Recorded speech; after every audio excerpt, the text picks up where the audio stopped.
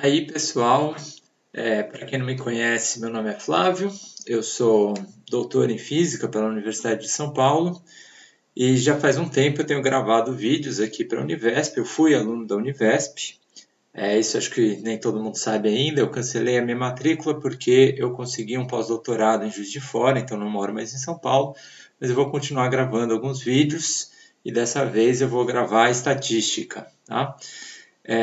Antes de começar a gravar, eu quis fazer essa introdução, né? Antes de começar a resolver os exercícios, quis fazer uma introdução para falar um pouco de estatística, né? Que é uma área que é muito importante, é uma área da ciência que é vinculada com a matemática, mas ela não faz parte da matemática, tanto é que quando a gente fala, por exemplo, o IME da USP é o Instituto de Matemática e Estatística, né? Não é só Instituto de Matemática. Então a estatística ela é uma área à parte e ela é extremamente importante, talvez seja a área assim com maior aplicação em todas as áreas do conhecimento, né? Porque não importa qual sua área de estudo, estatística pode ser utilizado, provavelmente é utilizado já por alguém nessa área. Tá? Alguns exemplos assim são, por exemplo, você vai fazer um tratamento de dados ou fazer um questionário, você precisa saber quantas pessoas entrevistar, você precisa saber qual é a relevância da informação que você chegou, você precisa usar estatística. Isso pode vir de uma coisa mais simples, por exemplo, como vamos calcular qual a desistência dos alunos do curso de engenharia da computação, por exemplo, quantos se formam e quantos desistem, né? Então, essa é uma estatística mais simples, ou pode ser bem avançada. Então, por exemplo, quando mediram as ondas gravitacionais, se você pega os dados brutos de ondas gravitacionais, aquilo é praticamente ruído. Então, você precisa de um tratamento estatístico muito avançado para você conseguir extrair dado de ruído, né? Então, como que você faz para eliminar o ruído branco e pegar um dado que efetivamente é tão pequeno quanto o seu ruído, né? Então tem todo um tratamento estatístico, tem toda uma ciência de como fazer isso e fazer isso da melhor forma possível. E mesmo em casos simples, como por exemplo o primeiro exemplo que eu dei, né, de vamos calcular a desistência dos alunos, sempre podem ter complicações que a gente deixa de perceber se a gente não sabe mexer com estatística e se a gente não analisa os nossos dados a fundo, né? Então, por exemplo, você pode pensar um aluno que saiu da engenharia de produção e mudou para engenharia de computação, ele conta como desistência do curso de engenharia de produção ou não? Né? Se você está falando, vamos calcular a desistência de todos os alunos de engenharia, seja de graduação e computação. Se o cara mudou de curso, ele tem 2 matrículas lá. Então, se você for calcular o número de pessoas que entram no curso e o número de pessoas que saem, né, a relação entre o número que sai e o número que entra, você vai ter uma pessoa que mudou de curso, vai entrar 2 vezes ali. E se ela mudou e depois desistiu, então ela vai entrar 2 vezes como 2 desistências. Então, quando que você quer que uma pessoa entre 2 vezes, quando que você não quer, você tem que saber tratar esse dado. Você não pode também simplesmente falar, então vou excluir as pessoas que aparecem 2 vezes, vou excluir a repetição. E, eventualmente, a repetição tem uma informação importante. Quando você tem vários alunos migrando de um curso para o outro, essa saída de um curso e entrada no outro pode representar um dado relevante para você. E se você simplesmente elimina esse caso, você vai perder esses dados, tá? Então, a estatística ajuda a gente a lidar com isso. E é muito importante saber estatística para entender as coisas. Mesmo no nosso dia a dia, tem várias notícias, a estatística pode ser usada para distorcer alguma coisa.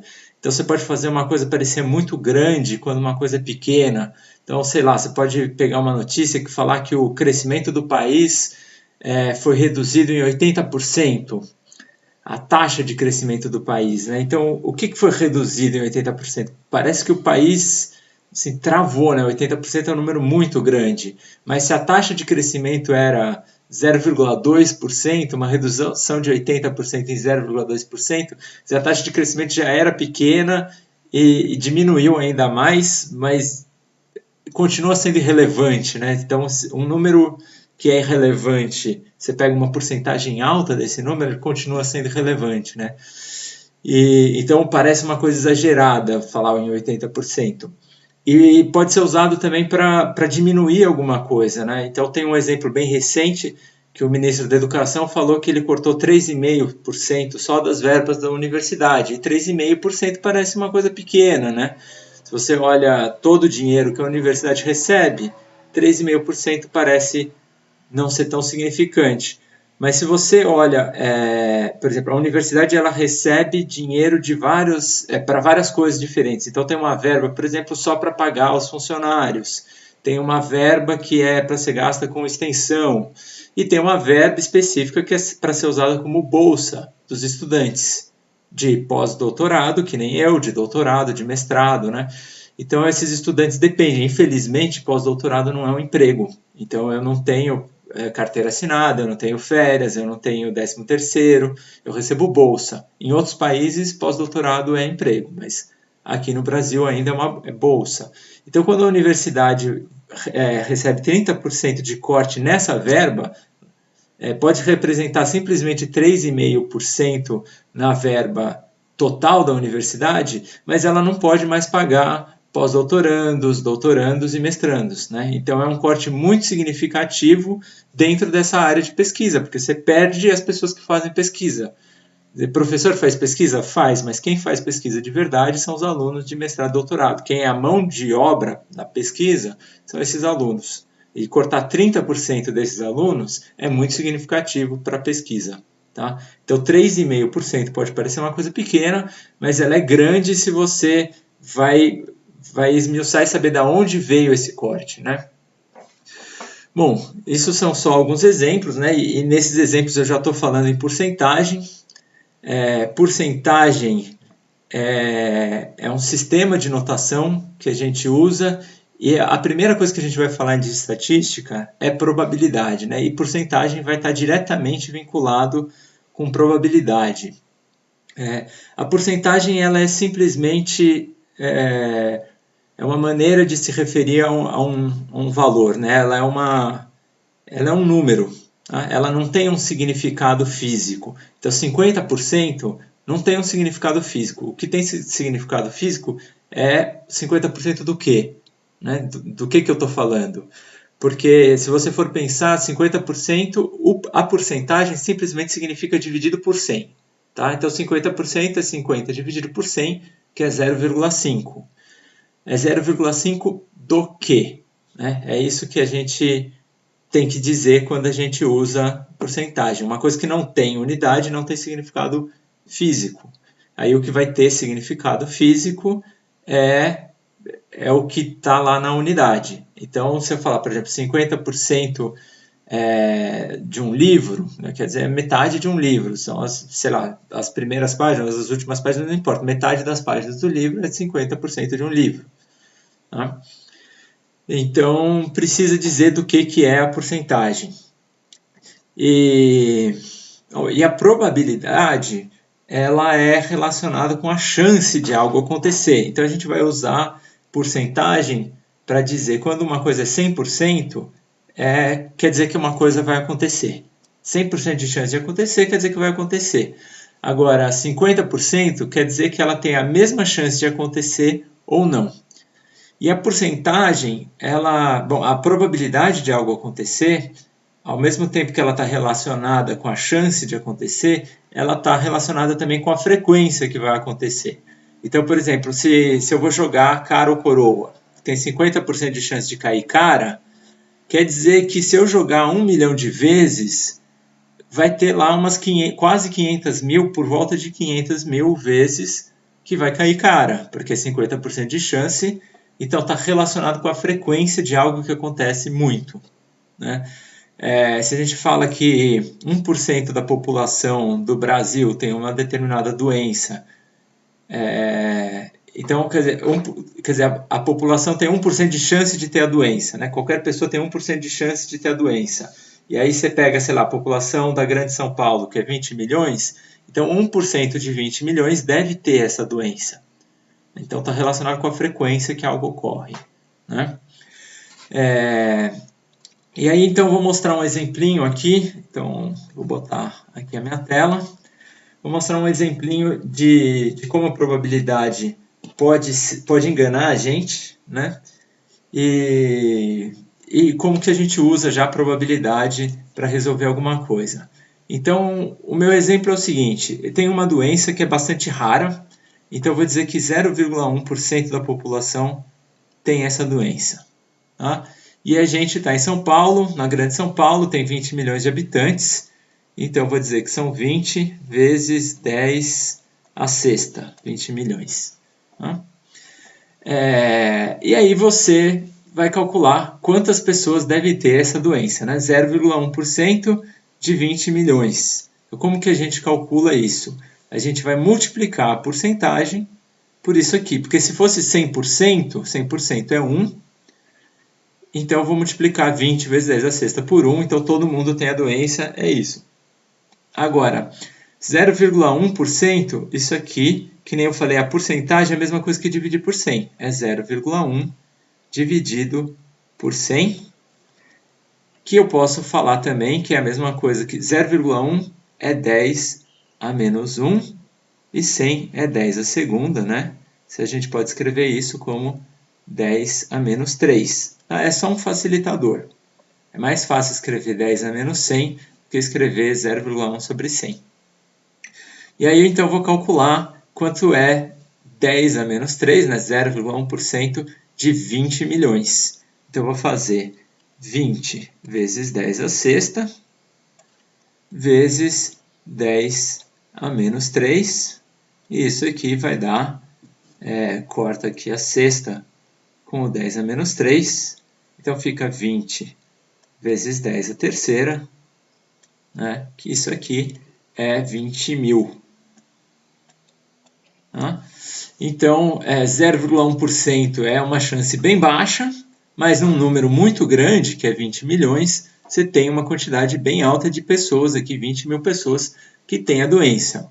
Mesmo assim, ter a doença é uma probabilidade muito baixa.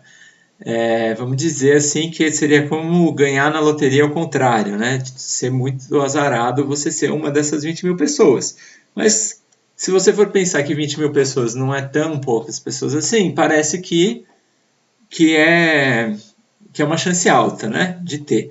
Então você fica desconfiado e aí você quer fazer um teste para saber se você é uma dessas 20 mil pessoas, né, desses 0,1% que tem essa doença.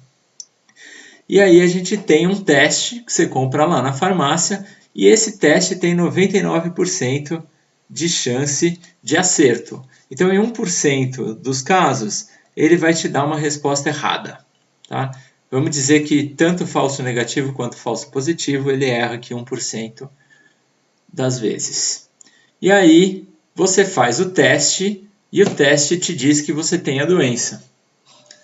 Então, qual que é a probabilidade de você ter a doença? Em princípio, você vai falar, caralho, 99% de chance de acerto, né? Então, com certeza eu tenho a doença. Desculpa pela palavra aí, não devia usar essas palavras nos vídeos. Você fala, nossa, 99% de chance de eu ter essa doença. Mas não se desespere tão rápido. Porque ele pode ter errado, e a chance dele ter errado, por mais que pareça pequena, ela faz uma contribuição muito grande. Vou mostrar para vocês por quê. Então, a gente tem dois casos em que o teste vai te dizer que você tem a doença. Um caso, você tem a doença, então eu vou dizer, tem a doença. E aí você fez o teste, e o teste deu que sim, você tem a doença. E aí você tem o caso em que você não tem a doença.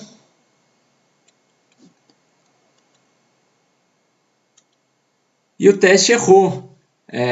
Então, aqui eu vou trocar sim, então por acertou. Acerto do teste, né? Mas aqui você tem a chance de erro do teste. Então, você tem a chance de não ter a doença e o teste errou. Tá? Aqui também o teste pode errar. E aqui ele pode acertar. Mas os dois casos em que ele vai te dizer que sim, que você tem a doença, é esse caso daqui e esse caso daqui. Tá? Agora, quantas vezes, de que o teste disse que sim. Então aqui ele disse que sim, e aqui ele disse que sim.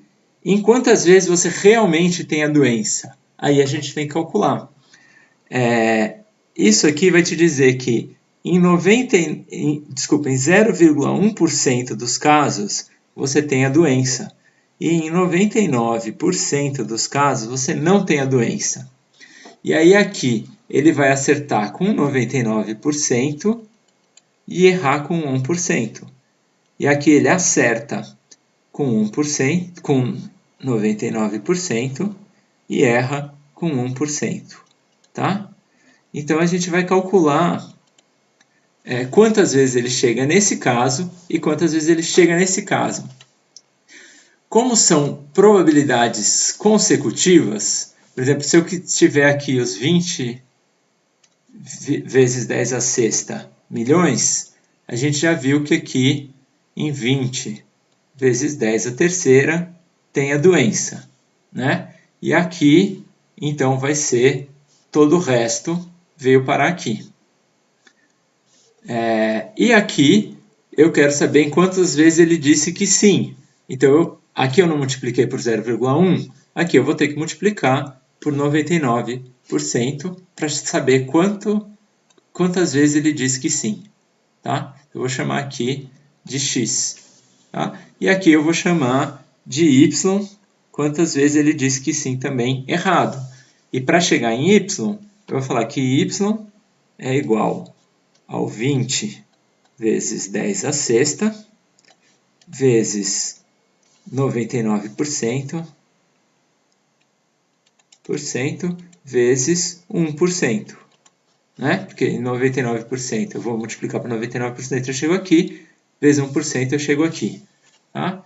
E o x, ele é 20 vezes 10 à sexta, vezes 0,1%. Aqui, desculpa, 99,9%, né? 99,9%. É importante a gente botar esse 99,9%. E aqui ali. Isso, o y é aqui, 99,9%, depois vezes 1%. E aqui 0,1%. E aqui vezes 99% aqui, tá? Então, a diferença de x e y está aqui, tá? Então, eu vou querer calcular esses valores daqui. Então, num caso, eu tenho 99,9 vezes 1 sobre 100. Então, vezes 10 a menos 2. Né? 1 sobre 100 é 10 a menos 2. Isso aqui dá 0,999. 0,999. No outro caso, eu tenho 99 vezes 0,1, ou seja, vezes 10 a menos 3. 0,1% a gente já viu que é 10 a menos 3. Isso aqui dá 0,099. Tá? Então, nesse caso aqui, ele disse que sim, qual que é o x? É quando você tem a doença. Então, aqui é quando você tem a doença, ele diz que você tem. E aqui é quando você não tem a doença e ele disse que você tem. Tá? Então, agora eu quero saber qual que é a probabilidade de você estar nesse caso daqui.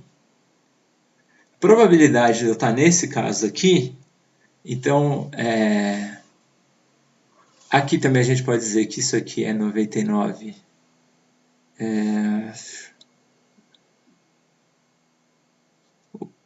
Opa, aqui também faltou dividir por 100, né? Aqui faltou dividir por 100. Então é isso sobre 100, então eu vou dizer que é em termos de porcento, tá? Então isso aqui é praticamente 1%, isso aqui é praticamente 0,1%. Então aí eu quero calcular qual que é a probabilidade de eu estar nesse grupo daqui. A probabilidade de eu estar nesse grupo aqui, eu tenho que somar o tanto de vezes que ele diz que sim, e esse aqui é o que eu realmente tenho. Então eu vou fazer 0,099 dividido por... Opa, às vezes eu clico no botão e ele faz isso. Então, isso aqui eu disse que eu tenho, tá? Mas eu realmente tenho. Então, a probabilidade de eu realmente ter sobre o total de chances dele ter dito que sim. Então, sobre 0,999 mais 0,099. Então, isso aqui vai ser igual... Vou pegar uma calculadora aqui.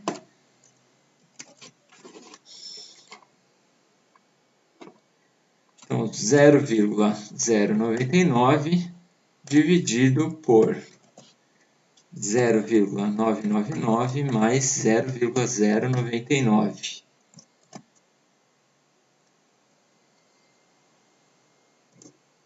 Então, isso aqui dá 0,09. Tá? Então, essa aqui é a chance de eu realmente estar doente. É menor do que 10%. Então, por mais que o teste seja muito preciso, como é muito rara a doença, é mais provável eu não ter e ele errar do que eu ter a doença e ele ter acertado. Porque a doença é muito rara. Tá? Então, isso aqui mostra como... Então, isso aqui é aproximadamente... Bom, isso aqui é igual a 9%. Tá? Esse valor é aproximado aqui. Então, a gente tem lá 9% de chance de realmente ter a doença. Tá? Esse aqui é um exemplo um pouquinho confuso. Acho que essa fórmula aqui final é o mais difícil de entender. Mas eu queria mostrar para vocês como a estatística pode ser mais complicada realmente do que ela parece, do que aparenta, tá? Mas isso só para, apesar de estar mostrando como ela é difícil, na verdade eu quero motivar vocês para ver como ela é importante, como a gente pode ser enganado se a gente não sabe realmente estatística, tá? Por isso é importante aprender estatística e conhecer bem essa área para poder fazer afirmações sobre tudo, sobre qualquer coisa, porque a estatística está em qualquer área. Beleza? Então, espero que vocês tenham gostado dessa apresentação. Nos próximos vídeos eu vou resolver exercícios das listas.